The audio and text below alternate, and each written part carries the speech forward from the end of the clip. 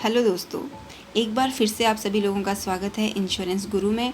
और हाजिर हूँ आज मैं एक बार फिर से एक नए प्लान के साथ। और आज का प्लान है स्टार हेल्थ इंश्योरेंस कंपनी का, और प्लान का नाम है फैमिली हेल्थ ऑप्टिमा।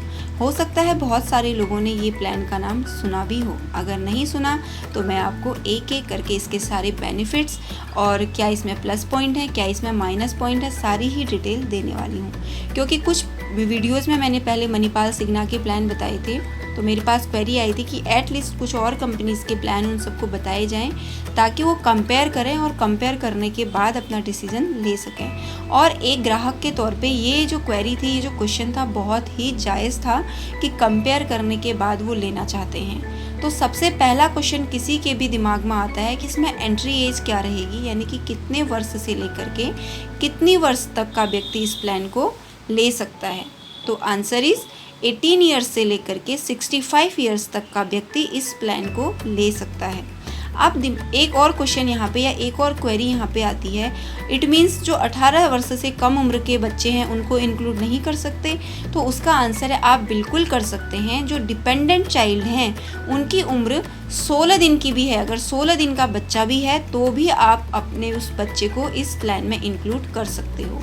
एक मुख्य बात जो ध्यान देने वाली है, एक डिपेंडेंट चाइल्ड अपने माता पिता के साथ फैमिली फ्लोटर प्लान में तब तक रह सकता है जब तक उसकी उम्र 25 साल की नहीं हो जाती। उसके बाद उसका जो प्लान है, उसकी जो पॉलिसी है, वो इंडिविजुअल हो जाएगी और अदर जो मेंबर हैं उनकी as it is as a family floater चलती रहेगी। बट डोंट वरी, आपकी जो कंटिन्यूटी है, जितने भी सालों से आपकी पॉलिसी चल रही है, उसमें कोई फ़र्क नहीं आएगा। सारे वेटिंग पीरियड्स आपके वेव ऑफ हो चुके होंगे। अब दूसरी एक क्वेरी आती है कि रूम जो मिलेगा कैसा मिलेगा। देखिए, ये प्लान जो है 1 लाख से लेकर के 25 लाख तक के सम इंश्योर्ड पे अवेलेबल है। बट एज ऑलवेज मैं हमेशा रिकमेंड करती हूँ कि आप कम से कम 5 लाख रुपए का कवर अपने परिवार के लिए लें। 5 लाख का भी इवन अगर कोविड-19 के टाइम पे मैं बात करूँ, कुछ भी नहीं है। अगर किसी को किसी फैमिली में ये बीमारी आ जाती है, एंटर कर जाती है, 15 से 20 लाख तक के भी खर्चे आ रहे हैं। बट फिर भी आज मैं जो प्लान के फीचर्स बताऊंगी आपको 5 लाख से 25 लाख तक के बीच के ही बताऊंगी, क्योंकि 1 लाख से 4 लाख तक बहुत सारी कैपिंग्स होती है। जैसे 3 या 4 लाख रुपए का अगर आप सम इंश्योर्ड लेते हैं तो रूम रेंट की जो आपको कैपिंग या जो कैटेगरी मिलेगी, आप मैक्सिमम पर डे 5,000 रुपये तक का रूम ले सकते हो। आप सपोज कीजिए आपने 4 लाख रुपए का सम इंश्योर्ड लिया, आप चले गए वेदांता में और वहाँ पे आपने रूम ले लिया सिंगल प्राइवेट रूम। अब रूम की कॉस्ट होगी पर डे 8,000 या 10,000, तो बाकी के जो पैसे हैं आपको अपनी पॉकेट से खर्च करने पड़ेंगे।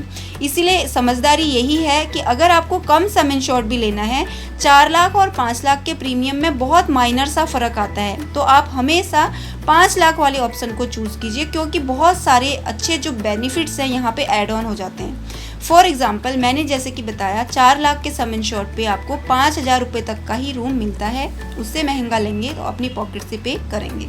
लेकिन अगर आप 5 लाख रुपए का सम इंश्योर्ड लेते हो तो यहाँ पे आपको single standard AC room provide किया जाता है। तो आगे बढ़ते हैं और बात करते हैं और क्या क्या बेनिफिट इस पे मिलेंगे। इन पेशेंट हॉस्पिटलाइजेशन, जैसे कि मैं हमेशा बात करती हूँ, 24 आवर्स या उससे अधिक समय के लिए आप एडमिट होते हैं तो उस केस में आपके जितने भी खर्चे होंगे, आप पैनल्ड हॉस्पिटल में जाएंगे तो कैशलेस, और नॉन पैनल हॉस्पिटल में जाते हैं तो आपको रीइंबर्स किए जाएंगे। साथ ही आपको रोड एम्बुलेंस का भी यहाँ खर्चा दिया जाएगा, लेकिन उसकी कुछ लिमिट्स हैं, वो भी मैं आपको साथ के साथ बताती चलूँगी। आपको मैक्सिमम ईयरली 1500 रुपीज़ मिलेंगे एम्बुलेंस के चार्जेस, और एक बार में आप 750 रुपये तक का क्लेम कर सकते हो। यानी 750 पॉलिसी ईयर में 2 बार आप ले सकते हो। मतलब घूम फिर के मैक्सिमम जो लिमिट रहेगी 1500 की रहेगी, चाहे आप उसको 2 बार में लो, चाहे उसको आप 3 बार में लो। बात करते हैं एयर एम्बुलेंस की। हालांकि एयर एम्बुलेंस की जो ज़रूरत है वो रूरल एरियाज़ में पड़ती है या नहीं भी पड़ती, मैंने किसी को देखा नहीं है इसके बेनिफिट्स को आज तक लेते हुए। बट फिर भी अगर पड़ती है तो 10% of the basic sum insured आपको ये मिलता है। लेकिन 5 लाख से ऊपर की आपकी पॉलिसी है तो आप बहुत ही अहम बात मैं बताने जा रही हूँ, प्री और पोस्ट हॉस्पिटलाइजेशन। क्योंकि ये प्लान बहुत बड़ा है, एक ही छोटे से वीडियो में कवर अप नहीं हो पाएगा। इसका मैं पार्ट 2 बनाऊँगी, आप उसको भी ज़रूर देखिएगा ताकि आपको पूरा प्लान अच्छे से समझ में आ सके।